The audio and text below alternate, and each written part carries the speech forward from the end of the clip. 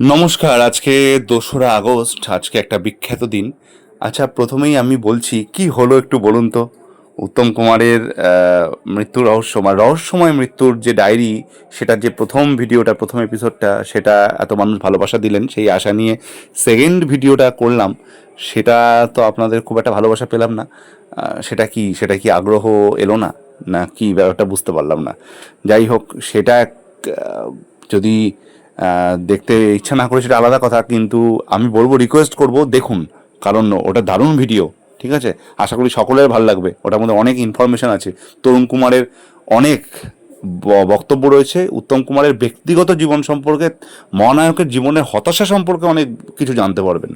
ঠিক আছে, আমরা তো তার কিংবদন্তি, তার মানে ক্যামেরার এই হাসির লাইফটা দেখতে পাই, কিন্তু তার যে হতাশা, তার যে দুঃখের একটা দিক ছিল, সেই দিকটা জানতে পারবেন।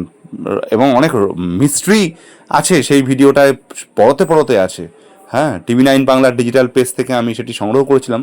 অনেক কষ্ট করে খেটে খুঁটে বানিয়েছি আপনাদের জন্য। প্লিজ দেখুন, ভালো লাগবে। তো আজকে 2রা আগস্ট, আজকে উপমহাদেশের অন্যতম শ্রেষ্ঠ বাঙালি রসায়নবিদ, বাংলা ও বাঙালির গর্ব আচার্য প্রফুল্লচন্দ্র রায়ের জন্মদিবসে তাকে আন্তরিক শ্রদ্ধার্ঘ্য জানাচ্ছি। তার প্রতি শ্রদ্ধা নিবেদন, প্রণাম নিবেদন করতে আজকের এই ভিডিও। বাঙালি বিজ্ঞানী হিসেবে যারা বিশ্বের দরবারে আমাদের মাথা উঁচু করে তুলতে শিখিয়েছেন, তাদের মধ্যে স্যার প্রফুল্লচন্দ্র রায় অন্যতম। তিনি ছিলেন একাধারে একজন রসায়নবিদ, শিক্ষাবিদ এবং উদ্যোক্তা। ভারতীয় উপমহাদেশের প্রথম pharmaceutical company Bengal Chemicals and ফার্মাসিউটিক্যালের প্রণেতা তিনি। তার শিক্ষা জীবন সম্পর্কে যদি বলতে হয়, তাহলে বলতেই হবে 1874 খ্রিস্টাব্দে প্রফুল্লচন্দ্র কলকাতায় পুনরায় ফিরে অ্যালবার্ট স্কুলে ভর্তি হন।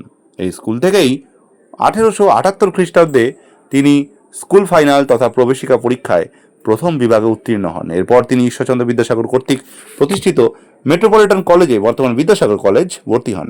1881 খ্রিস্টাব্দে সেখান থেকেই কলেজ ফাইনাল তথা FA পরীক্ষায়, ইন্টারমিডিয়েট বা HSC দ্বিতীয় বিভাগে পাশ করে তিনি প্রেসিডেন্সি কলেজে BA ক্লাসে ভর্তি হন। প্রেসিডেন্সি থেকে গিলক্রিস্ট বৃত্তি নিয়ে তিনি স্কটল্যান্ডের এডিনবরা ইউনিভার্সিটিতে পড়াশোনা করতে যান। এই বিশ্ববিদ্যালয় থেকে তিনি BSc পাশ করেন। পরবর্তীকালে এডিনবরা ইউনিভার্সিটিতেই DSc ডিগ্রি লাভের জন্য গবেষণা শুরু করেন। তার সেই গবেষণার বিষয় ছিল কপার ম্যাগনেসিয়াম শ্রেণীর সম্মিলিত সংযুক্তি পর্যবেক্ষণ, conjugated sulphates of copper magnesium group, a study of isomorphous mixtures and molecular combination.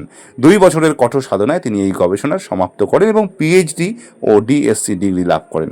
এমনকি তার এই গবেষণাপত্রটি শ্রেষ্ঠ মনোনীত হওয়ায় তাকে হোপ প্রাইজে ভূষিত করা হয়। এডিনবরা বিশ্ববিদ্যালয়ে অধ্যয়নকালেই 1885 খ্রিস্টাব্দে সিপাহী বিদ্রোহের আগে এবং পরে, India before and after the সিপাহী মিউটিনি, এবং ভারত বিষয়ক বিভিন্ন নিবন্ধ লিখে ভারতবর্ষ এবং ইংল্যান্ড ও USA ফিরে দেন। কর্মজীবন সম্পর্কে যদি একটু বলতে হয়, তাহলে একটু বলি তার সম্পর্কে। ইউরোপের বিভিন্ন দেশে ঘুরে 1888 খ্রিস্টাব্দে প্রফুল্লচন্দ্র রায় স্বদেশে প্রত্যাবর্তন করেন। দেশে ফিরে প্রেসিডেন্সি কলেজের সহকারী অধ্যাপক হিসেবে যোগদানের মাধ্যমে তিনি কর্মজীবন শুরু করেন। প্রায় 24 বছর তিনি এই কলেজে অধ্যাপনার সঙ্গে যুক্ত ছিলেন। অধ্যাপনাকালে তার প্রিয় বিষয় রসায়ন নিয়ে তিনি নিত্য নতুন অনেক গবেষণা চালিয়ে যান। তার উদ্যোগে তার নিজস্ব গবেষণাগার থেকে বেঙ্গল কেমিক্যাল কারখানার সৃষ্টি হয় এবং পরবর্তীকালে 1901 খ্রিস্টাব্দে তা কলকাতার মানিকতলায় 45 একর জমিতে স্থানান্তরিত করা হয়। তখন এর নতুন নাম রাখা হয় Bengal chemical and pharmaceutical works limited. তার অবদান সম্পর্কে আসি এবার। নিজের বাসভবনে দেশীয় ভেষজ নিয়ে গবেষণার মাধ্যমে তিনি তার গবেষণা কর্ম আরম্ভ করেন। তার এই গবেষণাস্থল থেকেই পরবর্তীকালে বেঙ্গল কেমিক্যাল কারখানার সৃষ্টি হয়, যা ভারতবর্ষের শিল্পায়নে উল্লেখযোগ্য ভূমিকা পালন করে। তাই বলা যায় 20 শতাব্দীর গোড়ার দিকে ভারতীয় উপমহাদেশের শিল্পায়নে তার ভূমিকা অনস্বীকার্য। 1895 খ্রিস্টাব্দে তিনি মার্কিউরাস নাইট্রাইট Ag2NO2 আবিষ্কার করেন, যা বিশ্বব্যাপী আলোড়নের সৃষ্টি করে। এটি তার অন্যতম প্রধান আবিষ্কার। তিনি তার সমগ্র জীবনে মোট 12টি যৌগিক লবণ এবং 5টি থায়োএস্টার আবিষ্কার করেন। সমবায়ের পুরোধা স্যার PC রায় 1909 খ্রিস্টাব্দের নিজ জন্মভূমিতে একটি কোঅপারেটিভ ব্যাংক তৈরি করেন। 1903 খ্রিস্টাব্দে বিজ্ঞানী PC রায় পিতার নামে RKBK হরিশ্চন্দ্র স্কুল প্রতিষ্ঠা করেন। বাগেরহাট জেলায় 1918 সালে তিনি PC কলেজ নামে একটি কলেজ প্রতিষ্ঠা করেন, যা আজ বাংলাদেশের শিক্ষা বিস্তারে বিশাল ভূমিকা রাখছে। সম্মাননা, শিক্ষকতার জন্য তিনি সাধারণে আচার্য হিসেবে আখ্যায়িত হন। CIE 1911 খ্রিস্টাব্দে কলকাতা বিশ্ববিদ্যালয়ের সিন্ডিকেট সদস্য হিসেবে তৃতীয়বারের মতো তিনি ইংল্যান্ড যান এবং সেখান থেকেই সিআইই লাভ করেন, সম্মানসূচক ডক্টরেট। 1911 খ্রিস্টাব্দে ডারহাম ইউনিভার্সিটি তাকে এই ডিগ্রি দেয়। এছাড়া 1936 খ্রিস্টাব্দে ঢাকা ইউনিভার্সিটি এবং পরবর্তীকালে মহীশূর এবং বেনারস ইউনিভার্সিটি থেকেও তিনি ডক্টরেট পান। নাইট উপাধি পান 1919 সালে ব্রিটিশ সরকারের কাছ থেকে। শুধু রবীন্দ্রনাথ ঠাকুর কিন্তু নন, তিনিও পেয়েছিলেন নাইট উপাধি, এটা অনেকেই আমরা জানি না। ব্যক্তি হিসেবে আচার্য দেশপ্রেম, আচার্য দেবের দেশপ্রেম তাকে ইউরোপে থেকে ফিরে এনেছিলেন। দেশে এসেও তিনি তার সেই স্বদেশ প্রীতির পরিচয় দিয়েছিলেন। তিনি ক্লাসে বাংলায় লেকচার দিতেন, বাংলা ভাষা তার অস্তিত্বের সাথে মিশেছিল। তার বাচনভঙ্গি ছিল অসাধারণ, যার দ্বারা তিনি ছাত্রদের মন জয় করে নিতেন খুব সহজেই। তিনি সকল ক্ষেত্রেই ছিলেন উদারপন্থী। এবার আসি তার অসাম্প্রদায়িকতার প্রসঙ্গে। কিছু সূত্রের মতে তিনি অসাম্প্রদায়িকই শুধু ছিলেন না, বরং সাম্প্রদায়িক চিন্তা ধারণার যে মূলোৎপাটনের জন্যও চেষ্টা করেছেন সবসময়। 1925 খ্রিস্টাব্দে ডক্টর খুদাকে প্রেসিডেন্সি কলেজ থেকে রসায়নে প্রথম বিভাগ দেওয়া হয়।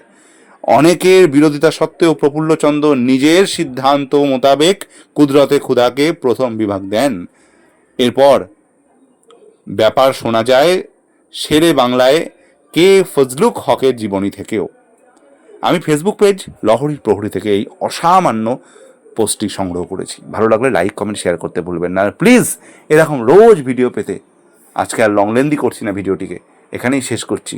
আপনাদেরকে করজোরে বিনীত অনুরোধ, চ্যানেলটিকে যারা এখনও সাবস্ক্রাইব করেননি, প্লিজ প্লিজ প্লিজ আর দেরি না করে বিনা দ্বিধায় চ্যানেলটিকে সাবস্ক্রাইব করে দিতে ভুলবেন না। নমস্কার, ধন্যবাদ, খুব ভালো থাকবেন।